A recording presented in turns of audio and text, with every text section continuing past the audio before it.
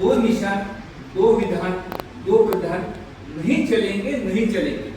तर अशा घोषणा देत देत ते काश्मीरमध्ये ते सत्याग्रह करत गेले होते आणि नंतर तिथल्या सरकारने त्यांना ताब्यात घेतलं आणि तिथं तुमचा जेलमध्ये संशयास्पद मृत्यू झाला. वेगळी भाषा आहे, परंतु जसं पंडित दीनदयाळ उपाध्याय यांचा मृत्यू देखील संशयास्पद अवस्थेत गेला, तर तसाच मृत्यू यांचा श्यामाप्रसाद मुखर्जींचा देखील तिथं जेलमध्ये असताना झाला.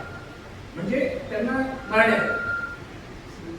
आता ह्या गोष्टी उघड झाल्यात आणि उघडपणाने बोलायला हरकत नाही, परंतु असं करून एखाद्या पंडितजींचा, एखाद्या दीनदयाळ उपाध्याय यांचा किंवा श्यामाप्रसाद मुखर्जींची हत्या करून हिंदुत्वाचे किंवा भारतीय जनता पक्षाने, जनसंघाने रुजवलेले विचार मारता येतील असा कदाचित विरोधकांचा समज असावा. परंतु त्याच विरोधकांनी आज हे लक्षात घ्यावं की व्यक्तींना मारता येऊ शकतो, व्यक्तींची हत्या करता येऊ शकतात, व्यक्तींवर हल्ला केला जाऊ शकतो, परंतु व्यक्तींचे विचार हे लोकशाहीमध्ये अजरामर असतात आणि ते विचार जर चांगले असतील, पॉझिटिव्ह माइंडने केलेले असतील, तर ते कधी ना कधी फलद्रुपित होतात. आज आपण इथे बसलोय आणि आज ही जयंती आनंदाने साजरा करतोय, परंतु एक घटना मी याच्यावर लक्ष सगळ्यांचं, भारतीय जनता पक्षाच्या कार्यकर्त्यांचं इथं अट्रॅक्शन करू शकतो की आज पाक ऑक्युपाईड काश्मीर, जिथं नेहमी भारत विरोधी घोषणा दिल्या जायच्या, त्या पाक ऑक्युपाईड काश्मीरमध्ये जूनच्या पहिल्या वीक पासून, मला वाटतं 9 जून पासून एक मोठं आंदोलन चालू झाले आणि लाखो लोक त्या आंदोलनात समाविष्ट होतात. संपूर्ण काश्मीर पाक ऑक्युपाईड व्हॅली बंद आहे आणि तिथं एकच घोषणा होते की जर तिथं 38 लोकांची हत्या पाकिस्तान सरकारने केली या आंदोलनाला चिरडण्यासाठी, निमलष्कर दल, लष्कर दल, पोलीस सर्व बंदोबस्तांमध्ये तिथे प्रचंड आटापिटा चालू आहे की हे आंदोलन समाप्त करण्यात यावं. परंतु ते आंदोलन कंटिन्युअस 9 जून पासून चालू आहे. आजही ते कंटिन्यू आहे. जवळपास 1 महिना होत आला ते आंदोलन चालू आहे आणि त्याने स्पष्टपणाने पीओकेच्या जनतेने आज सांगितलंय की जर तुम्ही आमची सप्लाय चेन बंद करणार असाल, तुम्ही आमच्याकडच्याच हायड्रो इलेक्ट्रिसिटी प्रकल्पामध्ये इलेक्ट्रिसिटी जनरेट करून आम्हालाच वीज देणार नसाल, आमची वीज तोडणार असाल, आम्हाला आटा सप्लाय करणार नसाल, तर श्रीनगरमधून आम्हाला हा सप्लाय मिळू शकतो.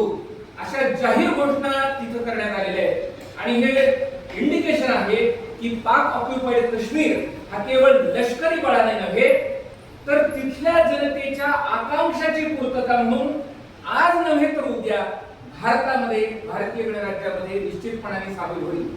केवळ पीओकेच नव्हे तर ज्या बलुचिस्तानला बळजबरीने पाकिस्तानने ऑक्युपाईड केलं होतं, ज्या सिंधचा गळा घोटण्यात आला आणि ज्या अनेक प्रदेशांवर अत्याचार पाकिस्तानमध्ये चालू आहे, हे सर्व प्रदेश हळूहळू भारताचा विकास बघून भारतामध्ये सामील होण्याची शक्यता नाकारता येत नाही.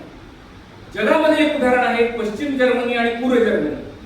पूर्व जर्मनी हे मार्क्सवाद्यांच्या ताब्यात होतं, पश्चिम जर्मनीचा त्या मानाने वेगाने विकास झाला आणि एक दिवस तिथील जनतेने दोन्हींना डिव्हाइड करणारी बर्लिनची भिंत पाडून टाकली आणि पूर्व जर्मनी हा पश्चिम जर्मनीमध्ये स्वतःहून सामील झाला.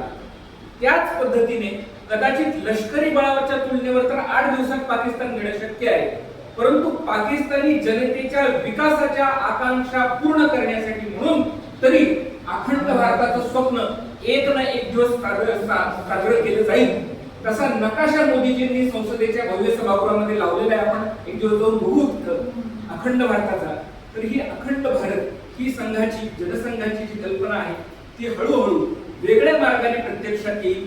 भारताचाच आपण इतका विकास करू, मोदीजी, देवेंद्रजी, आपण सर्व मिळून भारताचाच एवढा प्रचंड विकास करू की पाकिस्तानी जनतेला, पाक ऑक्युपाईड काश्मीरला, बलुचिस्तानच्या लोकांना असं वाटावं की भारतामध्ये परत सामील होणं हे आपल्या बृहत हिताचं आहे.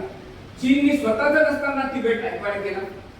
3-4 हजार 30 हजार ब्रिटिशांनी तत्कालीन हिंदू आणि मुस्लिमांच्या संपूर्ण लोकसंख्येवर 150 वर्ष नियंत्रण मिळवलं.